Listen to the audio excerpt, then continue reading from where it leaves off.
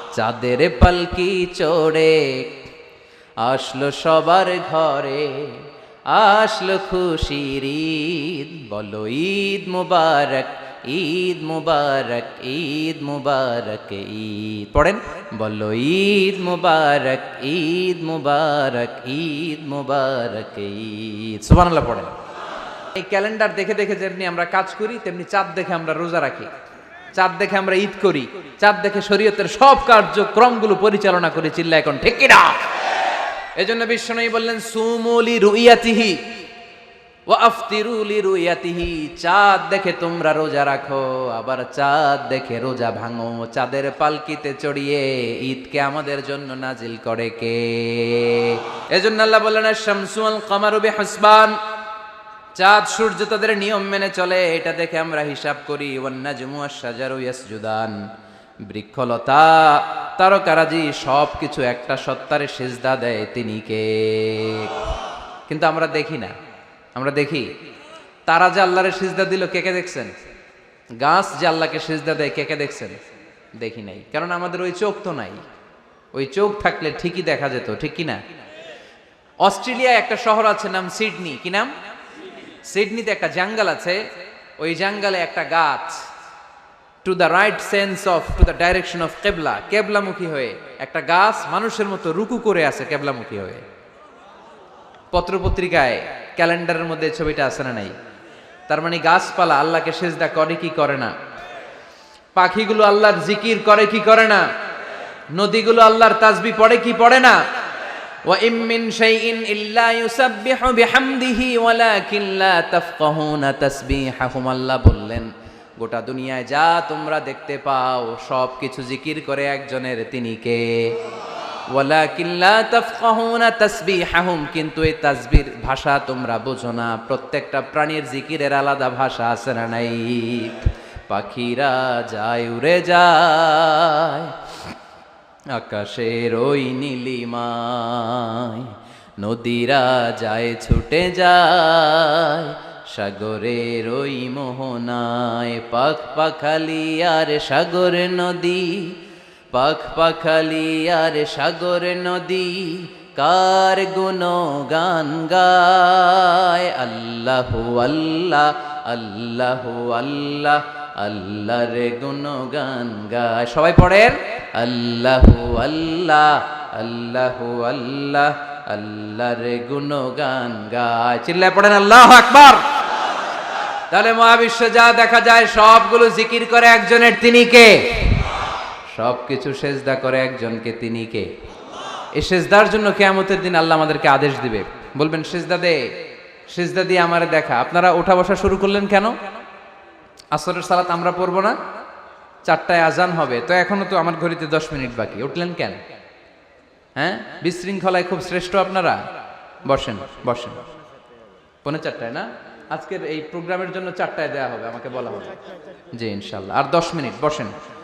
তো এজন্য কিয়ামতের দিন আল্লাহ তাআলা আমাদেরকে আদেশ করবেন সেজদা দাও। ইয়াউমা ইউকশাফু আন সাকি ওয়া ইউদআউনা ইলা সুজুদি ফালা ইস্তাতিউন, বলবে সেজদা দাও।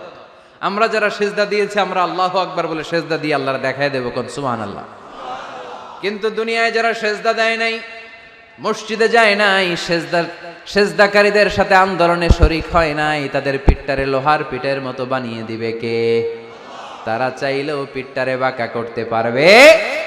এজন্য আল্লাহ বললেন ওয়ান নাজমু ওয়াশ-শাজারু ইয়াসজুদান, তারকারাজি বৃক্ষরাজি একজন সত্তারে সিজদা করে, তিনি কে?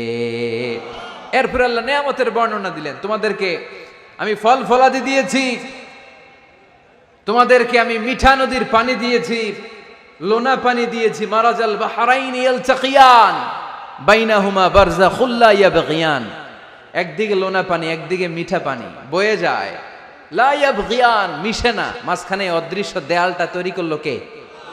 এই দৃশ্য আপনারা দেখছেন? দেখেন নাই? কেউ দেখেন নাই?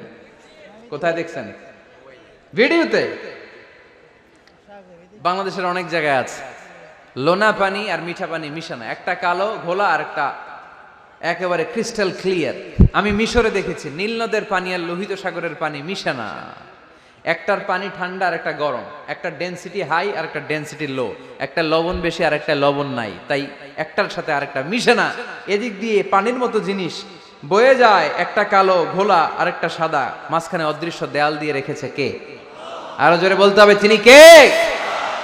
এরপর রাব্বুল আলামিন আমাদের বিবেকটাকে নাড়া দিয়ে আখিরাতের কথা স্মরণ করিয়ে দিয়ে বললেন, কুল্লু মান আলাইহা ফান ওয়া ইয়াবকা ওয়াজহু রাব্বিকা যুল জালালি ওয়াল ইকরাম। পড়েন, কুল্লু মান আলাইহা ফান ওয়া ইয়াবকা ওয়াজহু রাব্বিকা যুল জালালি ওয়াল ইকরাম فبأي آلاء ربكما تكذبان। পড়েন সুবহানাল্লাহ। আল্লাহ বললেন, মহাবিশ্বে যা দেখতে পাও সব শেষ হয়ে যাবে, যা দেখা যায় সব ধ্বংস হয়ে যাবে একজন সত্তা ছাড়া। চিল্লায়া বলেন, তিনি কে? আমরা চিরকাল থাকার জন্য পৃথিবীতে আসছি না? কে কে আজীবন বাঁচবেন? হাত তোলেন তো। বাঁচবো কেউ? আমরা কেউ বাঁচবে? বেঁচে থাকবে একজন সত্তা, তিনি কে? তিনি অব্যয়, তিনি অক্ষয়, তার লয় নাই, তার কোনো ক্ষয় নাই, তিনি সদা জাগ্রত, সদা সজাগ, তিনি হচ্ছেন আল্লাহ রব্বুল ইজ্জত। চিল্লায় কোন ঠিক কিনা? সবাই মরে যাবো আমরা, সবাই, কেউ থাকবো না। এই পৃথিবী থাকার জায়গা নয়। কিয়ামতের সময় আল্লাহ তাআলা মালাকুল মাউতকে বলবেন, সবার রূহ কবজ করে ফেলো, সবার, কেউ থাকবে না, সবার রূহ কবজ হয়ে যাবে। আল্লাহ মালাকুল মাউতকে বলবেন, মালাকুল মাউত কি অবস্থা? বলবে সব শেষ। মাইয়াবকা, কে বাকি? মালাকুল মাউত বলবে জিনেরা বাকি, যাদেরকে দেখা যায় না। আল্লাহ বলবেন জিনদেরকেও শেষ করে ফেলো, রুহু কবজ করো। মালাকুল মাউত আজরাইল জিনদের রুহু কবজ করবে। আল্লাহ এবার জিজ্ঞেস করবে, ইয়া মালাকাল মাউত আখবিরনি মাইয়াবকা, এবার বলো আর কে বাকি? মালাকুল মাউত বলবে, আল্লাহ মানুষগুলো সব শেষ, জিনগুলাও শেষ, এবার বাকি ইবলিস শয়তান, ইবলিশরেও শেষ করো, ইবলিশও শেষ। আল্লাহ আবার জিজ্ঞেস করবেন, ইয়া মালাকাল মাউতি মাইয়াবকা, আর কে বেঁচে আছে বলো? মালাকুল মাউত বলবে, আল্লাহ আপনার কথা অনুযায়ী পৃথিবীর সব মানুষের রুহু কবজ করলাম, সব জিনদের রুহু কবজ করলাম, ইবলিসের রুহু কবজ করলাম, এখন আছে শুধু ফেরেশতারা। আছে কারা? যাও ফেরেশতাদের রুহু কবজ করো, ফেরেশতাদের রুহু কবজ হয়ে যাবে। এবার আল্লাহ জিজ্ঞেস করবেন, ইয়া মালাকাল মাউত আখবিরনি মাইয়াবকা। মালাকুল মাউত বলবে, আল্লাহ আপনার কথা মতো ধরে ধরে সব শেষ, ফেরেশতাও শেষ, চারজন ছাড়া। কয়জন ছাড়া? জোরে বলেন, কয়জন ছাড়া? ইসরাফিল, জিব্রাইল, মিকাইল, আজরাইল। আল্লাহ এই চারজন আমরা বাকি। আল্লাহ বলবে, যাও ইযহাব ইনতালিক ইলা জিবরিল ওয়াকবাদ রূহ